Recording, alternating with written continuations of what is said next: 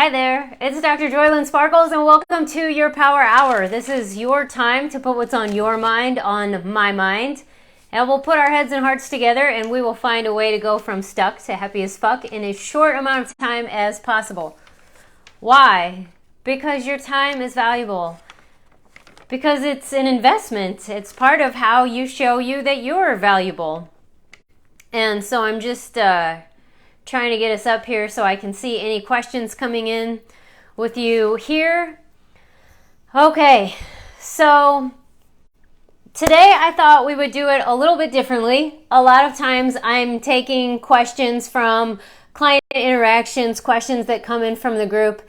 And today we're going to talk about me and confessions of a coach and a speaker and an author, and how the hell do you claim to be a self-love expert and specialist? How did I earn my stripes? What leg do I have to stand on? And so let's talk about how I'm getting through when it hurts like hell. So to begin, there's, I think, 6, 7 planets in retrograde, or there were like 2 days ago. So there is a lot of energy moving. And we are in the washout of summer, coming up into the equinox, a full moon on Saturday. So there's just a shit ton of energy that's moving.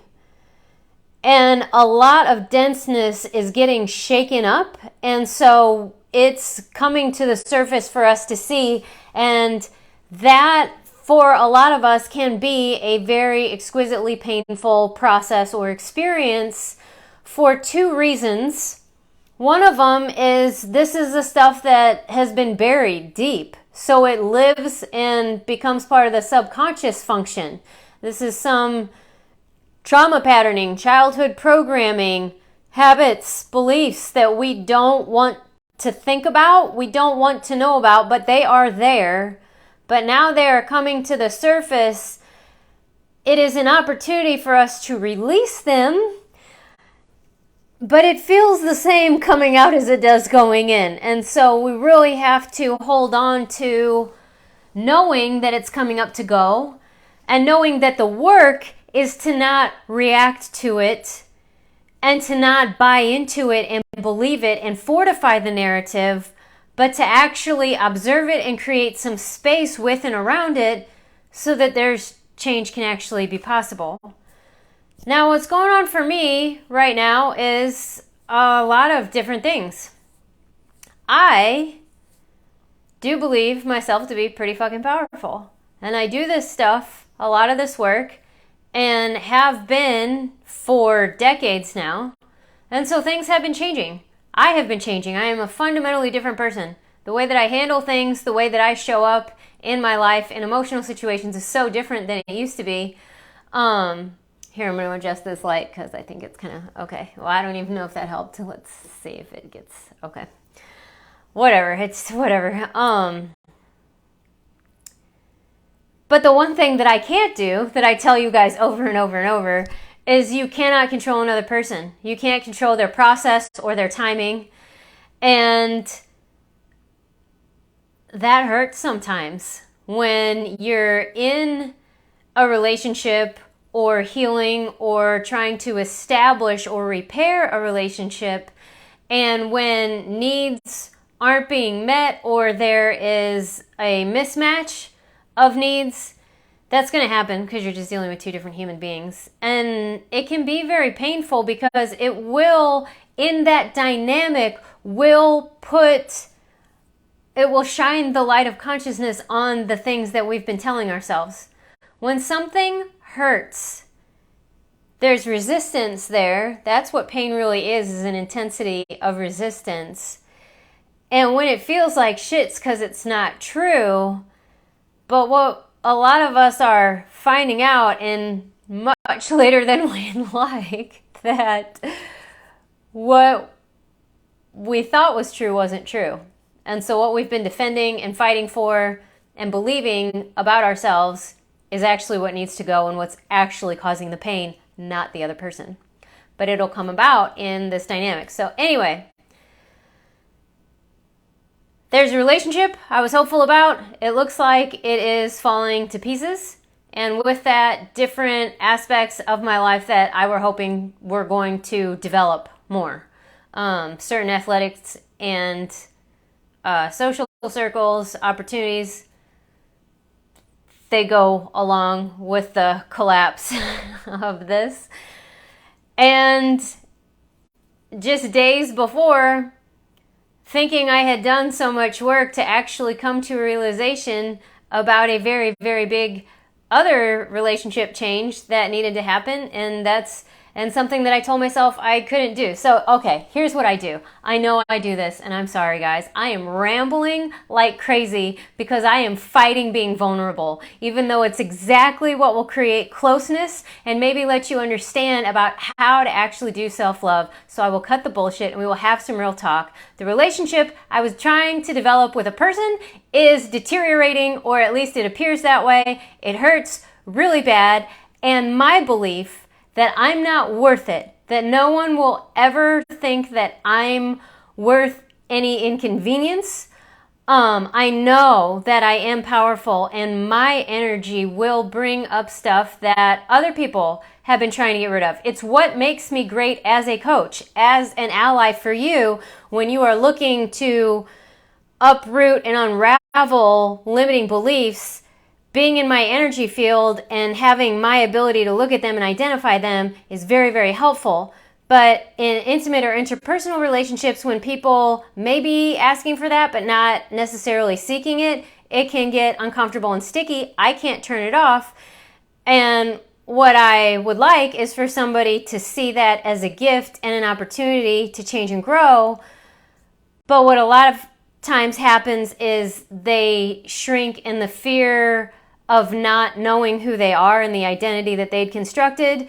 Being threatened is stronger, and so it's me that gets asked to leave in some way, shape, or form. And it's really painful. Then it's really, really painful because I have a narrative, a very deep-rooted belief that I'm not worth it, that nobody will ever find me worth it. And I also have an emotional addiction to loneliness. It's actually what I knew growing up, and feeling isolated, even though having an identical twin sister who's an awesome person. But there were parts of our relationship that were difficult growing up, and getting attached to loneliness and thinking that is a main characteristic of who I am. And then there's the relationship with my dog, who you guys have seen Stimpy. He makes cameos frequently. That our relationship has become toxic and codependent, which sounds funny talking about a dog, because how can that actually be? Of course, they need us. But I cannot live the life that I need to live and create the career that I need to while being the only source of entertainment and stability for that little animal. And so how to look at myself in the mirror and say, I'm gonna rehome my dog, that's not allowed. It's not okay. But when I admitted it and ran it through my body, it felt very light and very freeing, and knowing that my loyalty is to my future and more expansion, less judgment, I knew I had to go in that way. So much is happening and changing and shifting, and it's all at once, and it's disorienting, and it's shaking up a lot of these old beliefs that when I journal, and I see myself journal, I've talked about using journaling as a tool, I can see the things I'm telling myself. It's never going to work out the way that you want it. You can't have what you really want. It's not okay to want what you want. Like, these are the things that are actually coming through on ink, onto paper. But what I know now is that's what's been going on. Now I see it, so now it's mine to not react to it and not buy it back, pull it back into my system. So in meditation this morning, I just started jotting down things that I thought might help for when things are going through hell and you're feeling at the brink tons and tons of emotional reactivity. It's all the old shit coming up with a vengeance and a force, and it seems like everything at once, and it feels like you're in a pressure cooker. Here's some things that I know that I've learned that hopefully will help you hold on to so that it can move through. And one of them is, if it feels like you're in a pressure cooker, like things are coming from all sides, you are in an upgrade. It is uncomfortable as hell, mostly because we're resisting it because we think upgrades are going to be very pleasant all the time, but it's sometimes, not always, because there will be some that are very subtle, but it's almost like we're being turned into diamonds, so there's heat and pressure. So that if it feels like it's just collapsing on you, keep in mind you just may be in the midst of an upgrade, and that's why it feels like that. Knowing that pain is an indication of intensity of resistance. Resisting what is.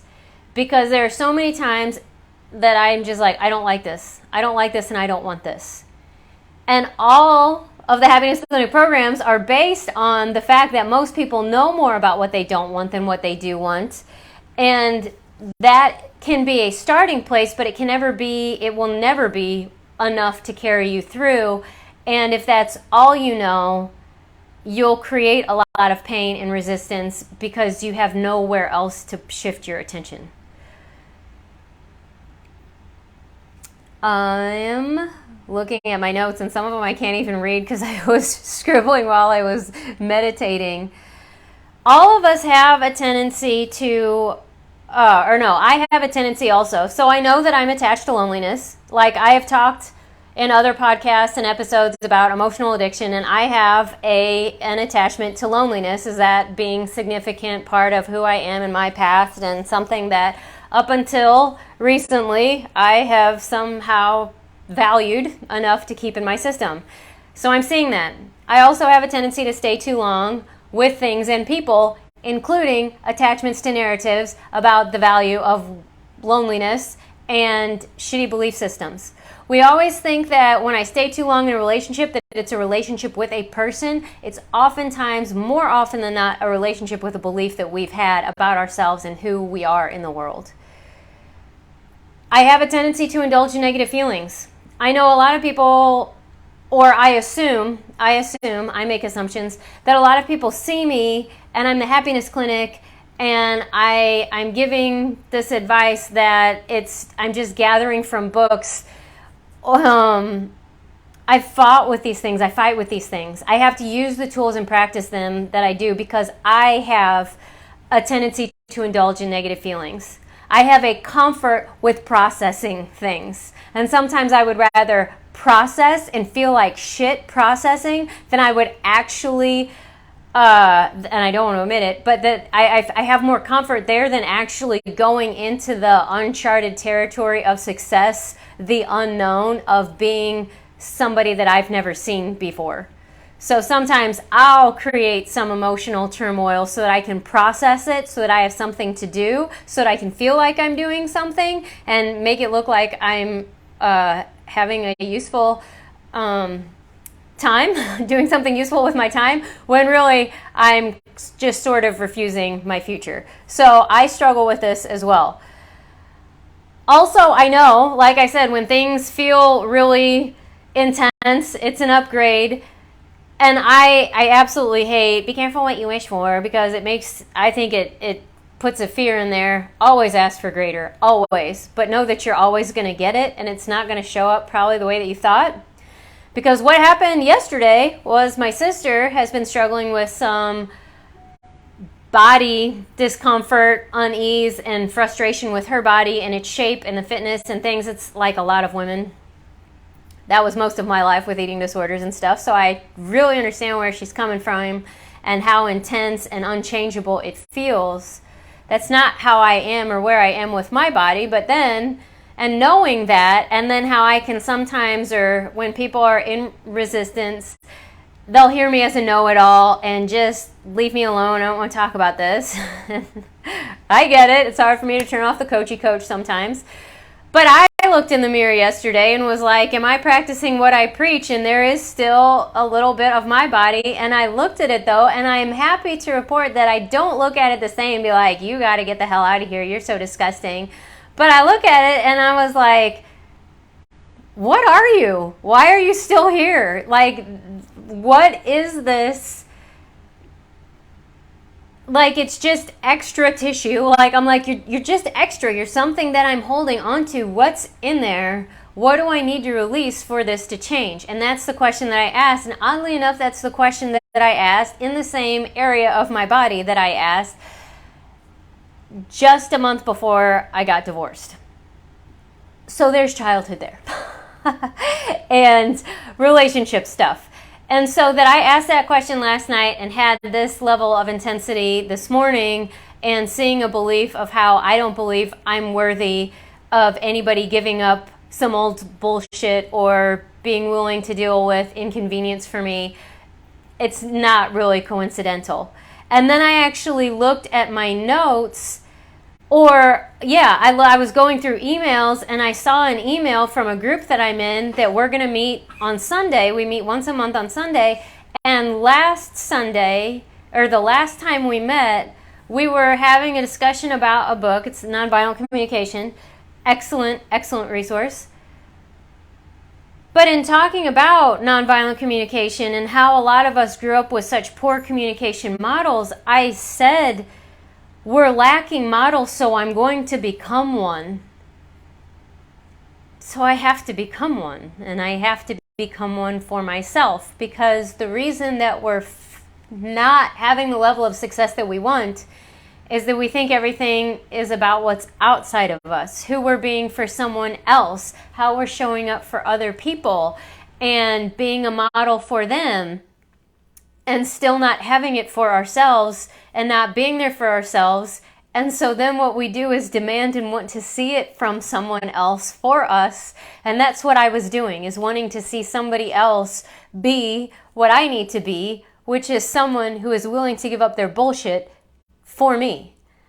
I just got that clear as day that I hadn't been willing to give up my attachment to loneliness and all the stories that went with that, and an absolute requirement that somebody else show me that they'll give up a detrimental pattern, because I didn't want to. Because these patterns, I've been working on this for a while, and there's been resistance. But you know how when it gets really close and it's something that you've held really deep for a long time, and there's part or all of your identities wrapped up in and around it. There's some of us subconsciously that doesn't want to give that up, and so we want somebody else to do it for us. That is how a lot of religion works is having a savior and somebody else doing something for us. But really, and rom-coms don't help. Media also doesn't help in believing or creating an actual realistic idea of how relationship dynamics function. We have to be there for ourselves. But then changing the narrative to not, I'm the only one that can do it. I am the only one that can do it, because I'll never be satisfied until I do it for myself.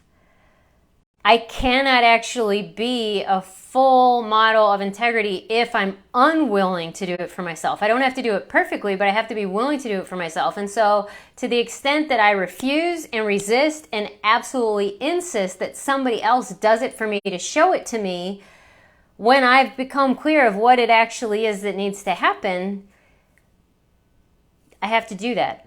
And so when things hurt like hell, because I want this to be a bit of a how-to, when things hurt like hell, look at what it is that you're demanding or frustrated that you're not getting from someone else. And that's what you need to deliver for yourself. And you're probably not going to have a really good idea of how the hell to do that, which is part of why you want somebody else to do it for you, because you don't know, because you haven't seen it. So it's the building the plane as you fly it, and really perfection isn't required at all, but a willingness is. Also, when things hurt like hell, hold on and know, because I challenge you to review any circumstance of your life from birth until now to where something didn't change, so that whatever you're feeling or experiencing is not going to last forever, and you can hold on to that. You might not know when it's going to change, and you might not know how it's going to change, but you can know for absolute certain that it will change. And again, if you look back at your history, you know that you have more power to determine the direction and how it changes than perhaps we've been taught or willing or wanting to believe. And it's not easy. This takes a lot of practice to become better at happening to things instead of believing that things happen to you. But when things hurt like hell, you can know they're not going to hurt this way forever. And instead of focusing on how bad it hurts and how long it's lasted and looking at the problem and trying to fix it, more and more and more tap in to this power hour, to happiness brain training, to 6-week get unstuck and happy as fuck challenge, a 90-day relationship remodel, or love yourselves, whatever resource it is, to start looking and creating a future forward focus of what is it that I do want to feel, what would I like to do, because then when you're in this stew of uncertainty, I don't know where to go or what to do next, I hurt like hell, I can't think clearly, and I don't know which way is up. If you have a target, you've got something to look and move to that can help. Also, when it hurts like hell, you can know that it's not over, because all's well that ends well, and so if it isn't well, it's not the end. You can hold on to that. And a lot of times when things hurt like this, it's because we're in the middle of it and we're resisting it. So if you can, and we're only seeing part of it. Because we're in the middle, we can't see all that's happening. Oh, because we're human, we're actually only seeing about 3%, which is the visible light spectrum. So there's a whole shit ton of stuff that's going on that we can't see. But then when we're in the middle of a process, we don't even have the 20/20 perspective, the hindsight, that unfortunately and so tragically has hindsight is 20/20 as a joke, as if we should have had that perspective before the situation was complete. We could not have that perspective until it was complete. It wasn't an accident. It's that level of perspective. It's that much distant space from the middle of the process that allows us to see more clearly all the things that were going on. So if you are having trouble getting perspective, know that there's a good likelihood that you're either staring at the problem or you're in the middle of the process, and then reach out to somebody who can give you some perspective. That's not a drama queen friend. That's not an unhealthy person. It would be a trusted ally, mentor, or a coach, and your resources are available there. I've gotten into some work and modalities that I will be adding to some of the programs. Excited about this, about working with the superconscious. But in that, they talk a lot about treat rest. Treat rest. That's how the superconscious actually works. It's how trauma recovery actually works. Shorter, manageable introductions to the stressor with rest periods in between. No kiddo ever stood up and started walking and never fell over again. It's they fall over, they get tired, they rest. They get up and try again, they fall over and they rest. This is how relationships are built. You have continued, repeated exposure to a person. You become familiar with them. It's smaller doses. More often you get to know people in bites and chunks. As much as we would, again, love to believe rom-com, that you meet somebody and you know everything about them, you might be able to, the more emotionally available and healthy you are, may be able to get a whole lot of information about somebody and a dynamic between people. But if there is any kind of healing or processing or relationship building, it's going to be through repeated exposures to each other. So same with this. This can be practiced to recalibrate your nervous system, that when it hurts like hell, you actually have an opportunity to practice. You're not being tested. You're actually given an opportunity to practice. And when you face plant, that might be time, an indicator to rest, instead of trying to force and push and keep going through. Rest can be very, very beneficial to allow integration, to get a breath, to create a little bit of space. So treat rest, or you can say push through rest, you know. I like, there's an exercise program and he says push and rest are synergists, they're not antagonists. So it's learning how to use both of them. And we're not going to get that perfect. Like I said, I have a tendency to sometimes indulge in negative feelings. So sometimes my rest periods are really just pity parties. That'll happen from time to time. But more that you do this, you catch yourself, and then you'll get back into work. Recognize when you're getting fatigued and tired and you need to step back, and be able to do that with greater ease and fluidity. Also, you do have to know when things are going, when it feels like hell, you have to do something different than you've done before to change this. And that you may have experienced this on more than one occasion is not an indication that you did anything wrong per se, because we are evolving and that evolution is in a spiral motion. So we will be touching and revisiting things with very similar resonances. But if we actually want to be different and have a different outcome, we have to do something different, so that when I'm seeing I have a tendency to indulge in negative feelings, I have to pull all the stops to get me to do something else. The subconscious can't stop. And once we've created a pattern, that's just where it wants to go, because that's the comfort zone. We have to give it something else to do and something else to focus on. And that takes effort. A lot of times when people talk about shadow work, this is what it actually is the effort it takes to break out of a habit pattern that we've established. Let's see.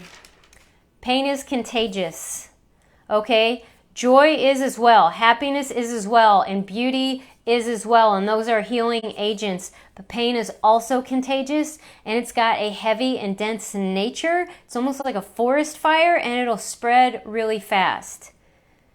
So if we do want to get out of pain ourselves, and want to see a world that is opening up and thriving and blossoming, we're going to have to stop letting our pain rule. Again, that's effort to change the direction that things have been going, and it is going to take us becoming somebody we haven't known to say the buck stops here, not in a way that we are taking responsibility for somebody else's poor behavior or for their pain, but to actually say, I'm not going to personalize it. I'm not going to make it about me. I'm not going to believe all these narratives. I can hear them now, and they're driving me crazy. And I can, they will drive you to your knees, and then you realize why you've been in so much pain. And then it's up to us to do something different, which is to set it down and look at our target. Where is it that we want to go? Who do we want to be? How do I deal with pain? And that's where especially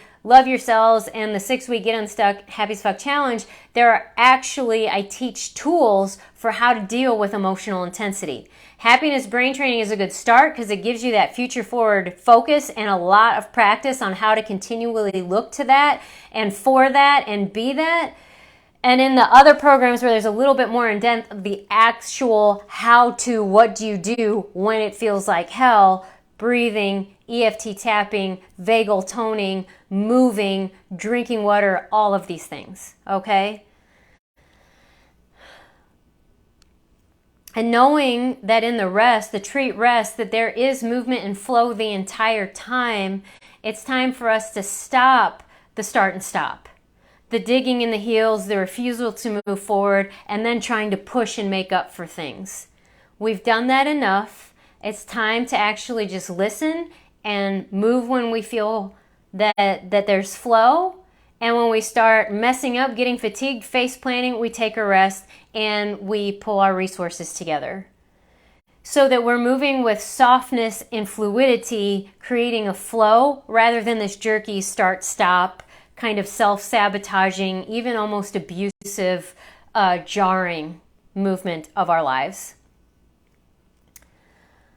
And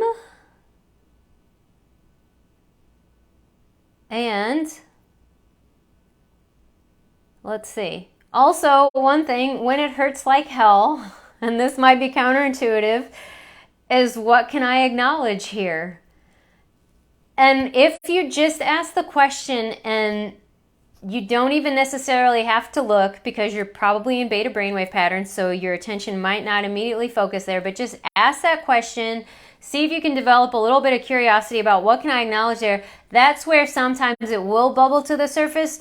The question that you actually asked, the next version of you that is actually ready to be.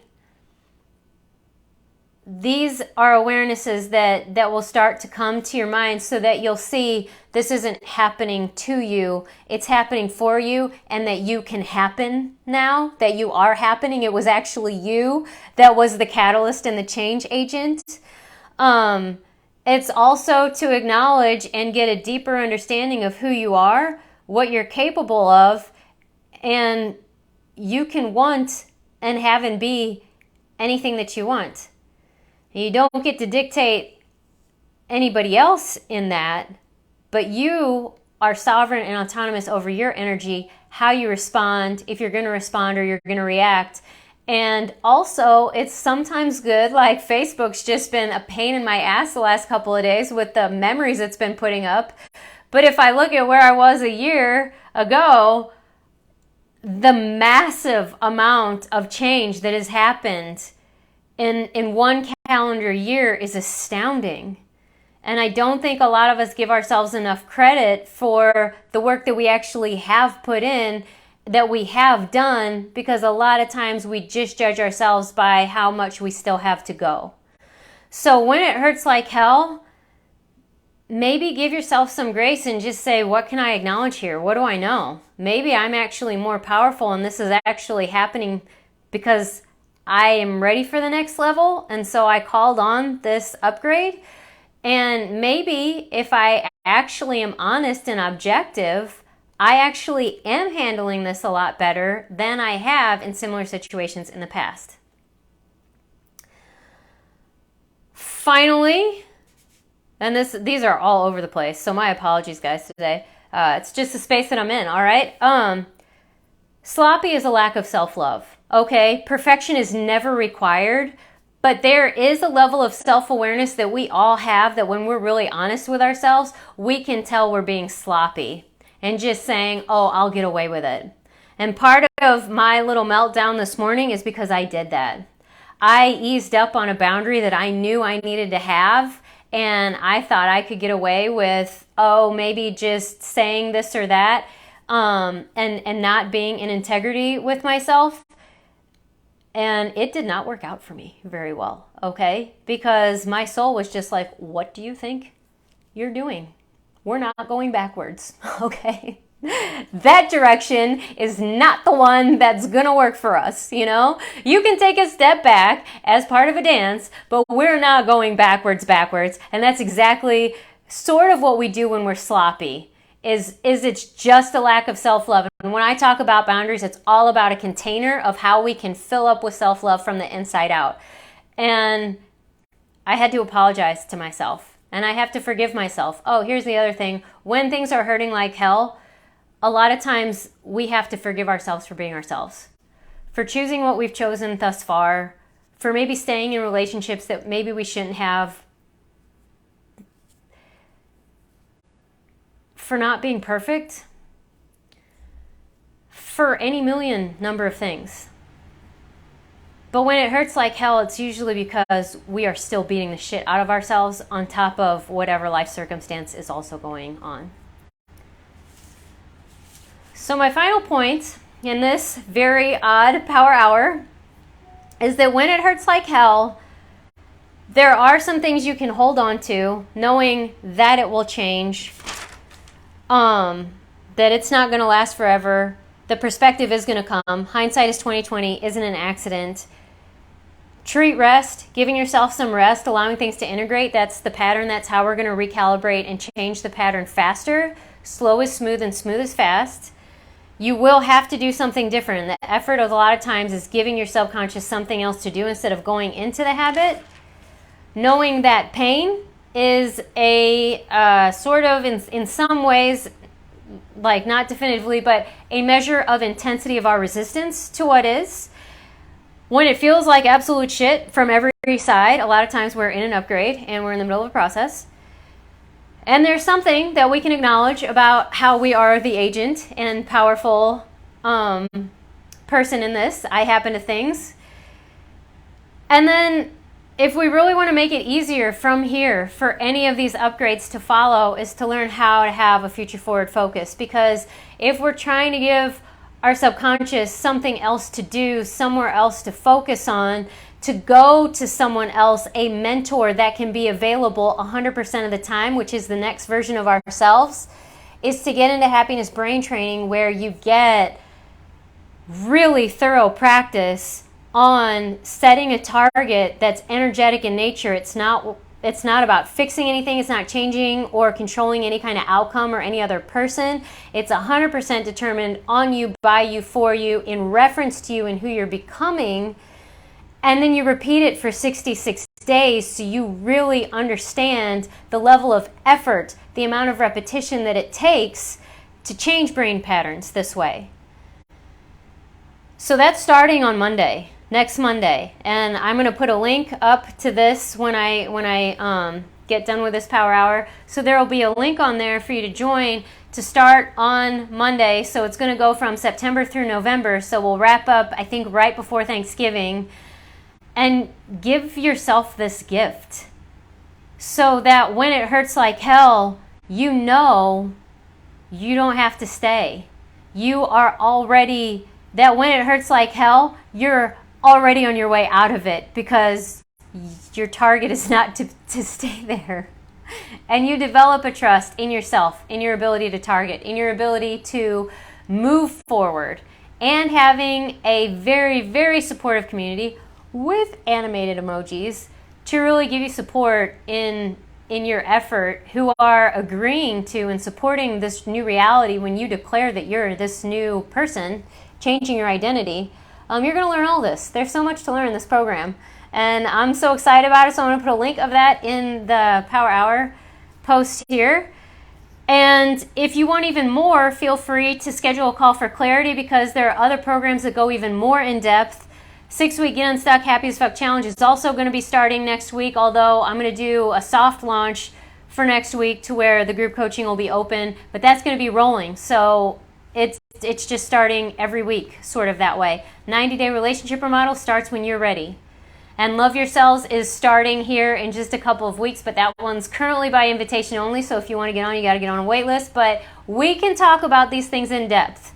Find out what's going to work for you, so that when it hurts like hell, you have absolute certainty that it's not going to stay that way, and that you know who you are, that this, all whatever this is that's hurting like hell, is an invitation for where and how to love you more, and some shred of a clue of what that actually means in the moment.